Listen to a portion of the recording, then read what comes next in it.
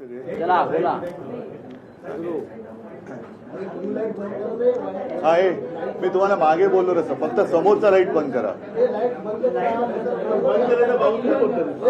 ते तुम्हाला सांगितलं ते लाईट डोळ्यात जातो आणि मग डोळ्यात पाणी आलं का तुम्ही सांगता उद्धव ठाकरे भारावले, डोळे पाणवले.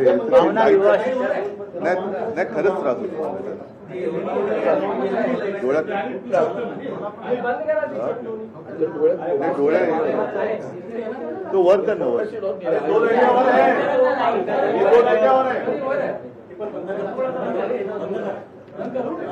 जरा प्लीज. हा बर चला सुरू. नाही सगळ्यांना धन्यवाद. आपण सगळेजण आलात. एक आठवड्यापूर्वी आपण इथेच भेटलो होतो आणि त्यावेळेला मी हिंदुत्वाच्या नावावरती जो लुटीचा कार्यक्रम चालू आहे त्याविरुद्ध आंदोलनाचा एक पुकारा केला होता. त्यानुसार मी आणि सर्व शिवसैनिक यांनी गेल्या म्हणजे कालच्या नाही त्याच्या गेल्या रविवारी दादर इथल्या हनुमान मंदिराच्या समोर महाआरती केली, रामरक्षा पठण केलं.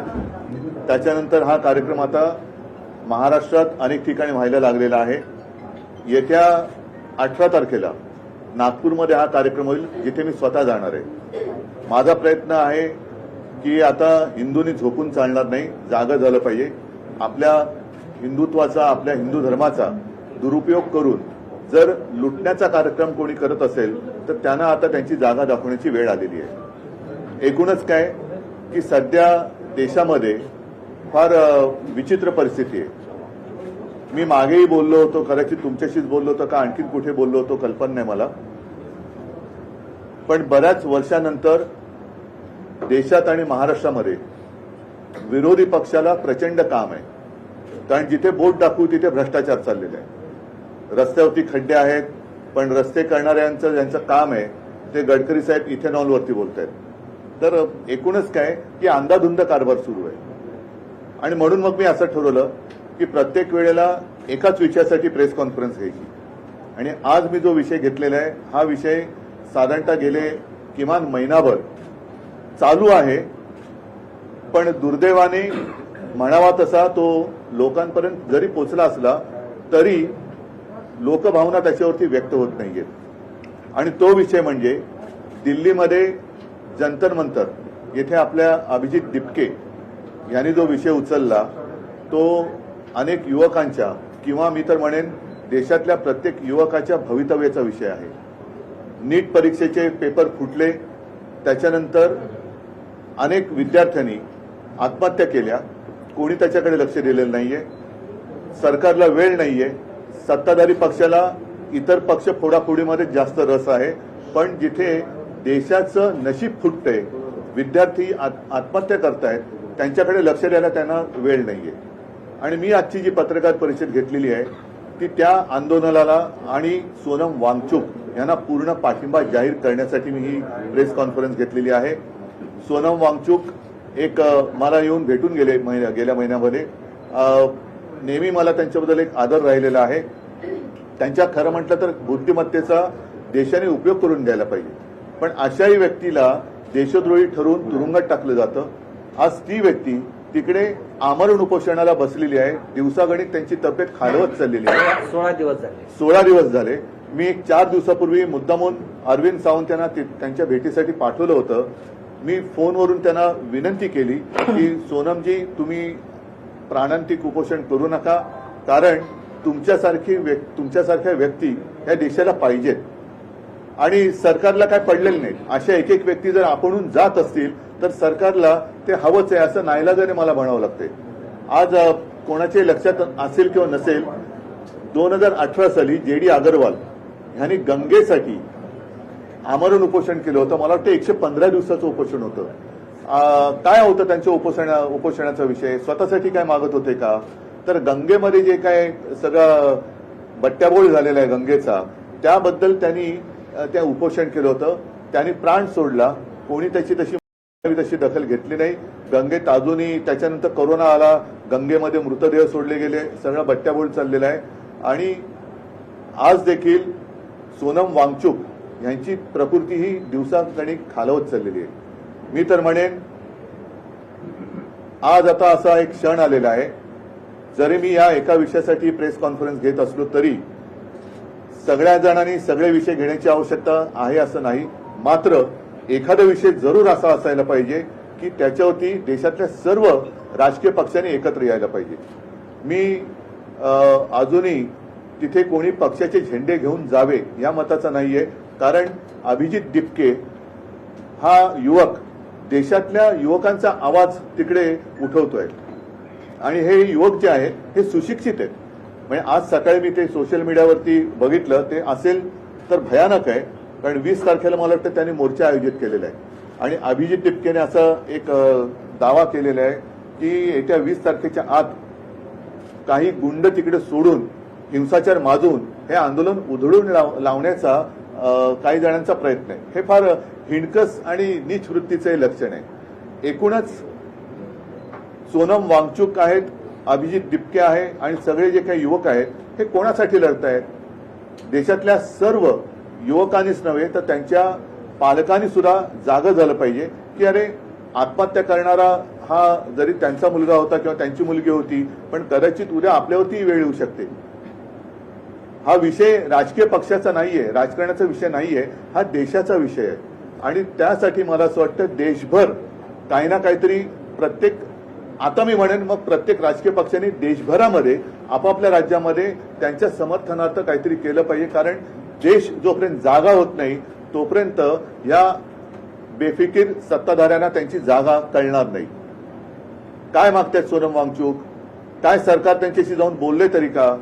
मला आठवतंय जेव्हा अण्णा हजारे तिकडे उपोषणाला बसले होते तेव्हा सुषमा स्वराज यांनी एक भाषण केलं होतं. ते भाषण आजही उपलब्ध असेल. निदान त्यावेळेला त्यांच्याबरोबर चर्चा तरी झाली होती किंवा असावी असं मला वाटतं. तुम्हाला आठवत का? विलासराव देशमुखांची नियुक्ती केली होती. विलासराव देशमुखांची नियुक्ती केली गेली होती. आता कोणी तिकडे ढुंकून बघायला नाहीये तयार. काय फरक काय पडतो? जर एखाद्या व्यक्तीकडनं एखादं काम नीट होत नसेल तर त्या व्यक्तीला बदलण्याची मागणी होत असेल की जिच्यामुळे लाखो विद्यार्थ्यांचं भविष्य हे बर्बाद होत असेल तर त्या व्यक्तीला बदलायला काय हरकत आहे? ह्याच्यामध्ये कमीपणा काय? धर्मेंद्र प्रधानांचा राजीनामा घेऊन तिकडे जर काय सक्षम व्यक्तीची नेमणूक केली गेली तर याच्यात कमीपणा मानण्याचं कारण काय? जे विद्यार्थी जागून, आणि मी बघतोय की अनेक पालक सुद्धा अतिशय म्हणजे संतापलेले आहेत. त्यांनी त्यांच्या आयुष्याची पुंजी लावून माझा मुलगा, माझी मुलगी शिकली पाहिजे, सुशिक्षित झाली पाहिजे, मोठी झाली पाहिजे. मला शिकता नाही आलं पण माझा मुलगा किंवा मुलगी शिकली पाहिजे. त्या मुलाचं संपूर्ण शिक्षण आणि त्यांची आयुष्यभराची पुंजी ही एका याच्यात बर्बाद होते आणि कोणाला काही पडलेलं नाहीये. बरं, त्याच्यात आणखीन आता हे बोललं तर पुन्हा महाराष्ट्राचा अपमान होईल असं मुख्यमंत्र्यांना वाटू शकतं. कारण या नीट परीक्षेचं जे काही पेपर फुटीचं केंद्र आहे हे महाराष्ट्रामध्ये होतं. अटका झाल्या, पुढे काय? पुढे काय? म्हणजे एकूण एका पाठोपाठ एक पेपर फुटत आहे. त्याच्यानंतर आपल्या महाराष्ट्रातल्या शिक्षण मंत्र्यांच्या घरासमोर सुद्धा आंदोलनं झाली. तर कोणाला कारभाराची काही चिंता नाहीये. देशात काय चाललंय त्याच्याबद्दल काही पर्वा नाहीये. आम्ही आपले परदेशात फिरतो, आम्हीच आपले भाडीचे तट्टू आणून आमचं स्वागत करून घेतोय आणि सगळं काय आबादी आबाद आहे असं भासवतोय. हे मला वाटतं चांगलं लक्षण नाही. आज परत एकदा सांगतो, मी शिवसेनेतर्फे सोनम वांगचुक आणि या मुलांच्या आंदोलनाला पूर्ण पाठिंबा जाहीर करत आहे आणि ज्या ज्या वेळेला शक्य असेल, जिथे आम्ही उतरण्याची गरज असेल तिथे महाराष्ट्रभर आम्ही तर उतरूच. आपल्या माध्यमातून मी देशातील सर्व पक्षांना सांगतोय की आपण देखील आपापल्या राज्यामध्ये, राज्यातील प्रमुख शहरामध्ये या युवकांना बळ मिळेल अशा पद्धतीने काही प्रतिकात्मक असेल, आणखीन काही असेल, हे समर्थनार्थ आंदोलन करा किंवा प्रदर्शन करा की जेणेकरून आजही देशातली युवा शक्ती, जी आपण देशाचे भाग्य विधाते समजतो, त्या भाग्य विधात्यांना कळेल की आजचे जे भाग्य किंवा दुर्भाग्य विधाते आहेत हे आपल्या सोबत आहेत. उद्धवजी, तुम्ही दिल्लीत जाऊन पाठिंबा देणार सहभागी होणार आहे का शिवसेना? ऐका, मी 20 तारखेच्या मोर्चात सहभागी सगळ्यांनी व्हावं असं म्हणालेलं नाहीये. ज्यांना जायचंय, मला जायचं वाटलं तर मी जरूर जाईल, परंतु किमान मी जिथे आहे तिथे तरी मी काहीतरी करावं. मी असं सगळ्यांना सांगत नाही की देशातल्या सगळ्यांनी चलो दिल्ली. नाही, तुम्ही जिथे आहात तिथे तर उभे राहा. मी मुंबईत आहे, मी मुंबईत तर उभा राहिलो पाहिजे. मी पुण्यात आहे, पुण्यात राहिलो पाहिजे, मी चेन्नईत राहा, बंगालमध्ये, कलकत्त्यात राहा, सर्वत्र जिथे देशातल्या सगळ्या चहूबाजूनी हे रान पेटेल त्यावेळेला सरकारला या युवकांसमोर गुडघे टेकावे लागतील. आणि म्हणून जर मला वाटलं तर मी जरूर जाईन देखील. असं काय नाहीये की मला त्याच्यामध्ये काय वाटतंय. पण आज सुद्धा ही जी त्यांची जी चळवळ आहे ती कोणत्याही पक्षाचा झेंडा हातात न घेता चाललेली आहे. कारण नाईलाजाने मला असं म्हणावं लागतंय की देशातल्या तरुणांचा आणि युवकांचा कदाचित या फोडाफोडीच्या सगळ्या नीच राजकारणामुळे प्रस्थापित राजकीय नेत्यांवरचा विश्वास उडाला असेल आणि त्यांना असं वाटत असेल की कोणताच राजकीय पक्ष माझ्यासोबत नाही, तर आम्ही तर आहोत, पण तिथे कोणत्याही पक्षाचा झेंडा न घेता आंदोलन होत असेल तर त्याला माझा पूर्ण पाठिंबा आहे. राज्यभरात एक विषय असा आहे की तुम्हाला असं वाटतं का, कारण तुम्ही इंडिया अलायन्स मध्ये एक प्रमुख पक्ष आहात, तर देशाच्या विरोधी पक्ष नेत्यांनी म्हणजे राहुल गांधींनी या व्यासपीठावर जाऊन या आंदोलनाला समर्थन दिलं पाहिजे. जरूर. म्हणजे माझं तर म्हणणं आहे, मला वाटलं तर मी सुद्धा जाईन. राहुल गांधींनी गेलं पाहिजे. देशातील ज्यांना असं वाटतं, मग अगदी भारतीय जनता पक्षातले असले तरी, जसं मी राम रक्षा आंदोलनात भाजपच्या कट्टर कडवट हिंदुत्ववादींना आवाहन केलं होतं की ज्यांना हिंदू धर्माबद्दल प्रेम आहे त्यांनी सहभागी व्हावं, तसंच आज देखील मी पक्षाच्या पलीकडे जाऊन ज्यांना या देशातल्या युवकांबद्दल एक आस्था आहे, तो कोणत्याही पक्षाचा असो, पक्षाचे जोडे बाजूला ठेवून तिथे जावं अशी माझी सगळ्यांना विनंती आहे. आणि नाही तर किमान आपण जिथे आहात, म्हणजे आता जसं तामिळनाडूमध्ये स्टालिन आहेत, ते विजय आहेत, केरळामध्ये आता काँग्रेसचं सरकार आले, कर्नाटकात आहे, तिकडे ममता दिदी जरी विरोधी पक्षात असल्या तरी सर्वांनी, अखिलेश आहेत उत्तर प्रदेशमध्ये, छत्तीसगडमध्ये कोण असतील, झारखंडमध्ये कोण असतील, तर संपूर्ण देशात किमान त्या राज्यातल्या प्रमुख शहरामध्ये सगळे जर का रस्त्यावर उतरले आणि याला पाठिंबा दिला तर मला वाटतं देशात 16 दिवस आंदोलन सुरू आहे. राहुल गांधी जिथं राहतात हकेच्या अंतरावर आहे.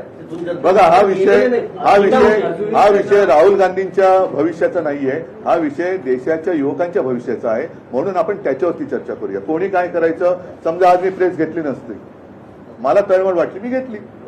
जेव्हा अभिजित तिपकेनं आंदोलन सुरू केलं होतं त्यावेळी संजय राऊत यांनी एक ट्विट करून एक फोटो केला होता की अभिजित तिपके आणि नरेंद्र मोदी यांच्या संदर्भातला तो आणि भेट झाली असं म्हटलं होतं की कुठेतरी भाजप पुरस्कृत हे आंदोलन आहे अशा प्रकारचे त्यावेळी त्यांनी तो ट्विट केला आणि त्या ट्विटमुळे त्यांच्याबद्दलचा जो संभ्रम होता तो दूर झाला.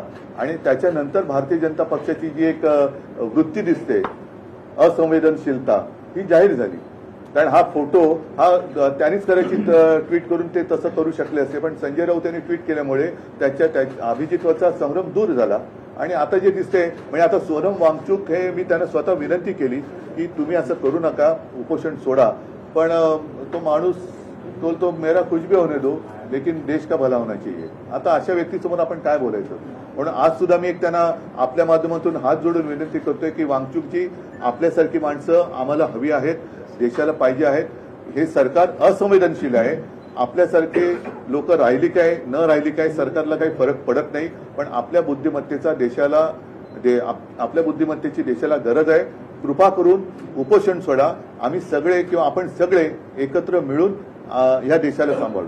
मागच्या काही वर्षांपासून एक पांडा पडतोय. शेतकऱ्यांचं आंदोलन असेल किंवा कुणाचंही आंदोलन असेल, महिनो ते चालत राहतं. परंतु सोनम वांगचूक यांचं आंदोलन हे आमरण उपोषण आहे आणि पुढे जाऊन असं काही बरोबर होऊ नये यासाठी तुम्ही विरोधी पक्ष म्हणून सरकारवरती, केंद्र सरकारवरती सुद्धा दबाव आणण्याचा प्रयत्न करणार आहात का? कोणाशी मी आता जे बोललो तर तेच आहे. अधिवेशन जे चालू होतं, संजय राऊत संसदेचं अधिवेशन 20 सुरू होतं. तारखेला पार्लमेंटच्या पहिल्याच दिवशीचा विषय पार्लमेंटला घेतला. आज पार्लमेंट सुरू होतंय. हो, खासदारांची काय भूमिका? 20 तारखेला आमचे खासदार तर या विषयावरती दणानून सोडतीलच, संसद दणानून सोडतील. पण त्यावेळेला राहुलजींना सुद्धा मी विनंती करतोय, सर्व पक्षाच्या खासदारांना सांगतोय, अगदी भारतीय जनता पक्षाच्या खासदारांना सांगतोय की तुमच्यात जर माणुसकीचा एखादा अंश शिल्लक असेल तर या आंदोलनात सहभागी व्हा. प्रेस कॉन्फरन्समध्ये 3 लोक नेहमी असायची, 2 खासदार तुमचे आणि माझे. ठीक आहे. आता मला असं वाटतं की हा विषय संपूर्ण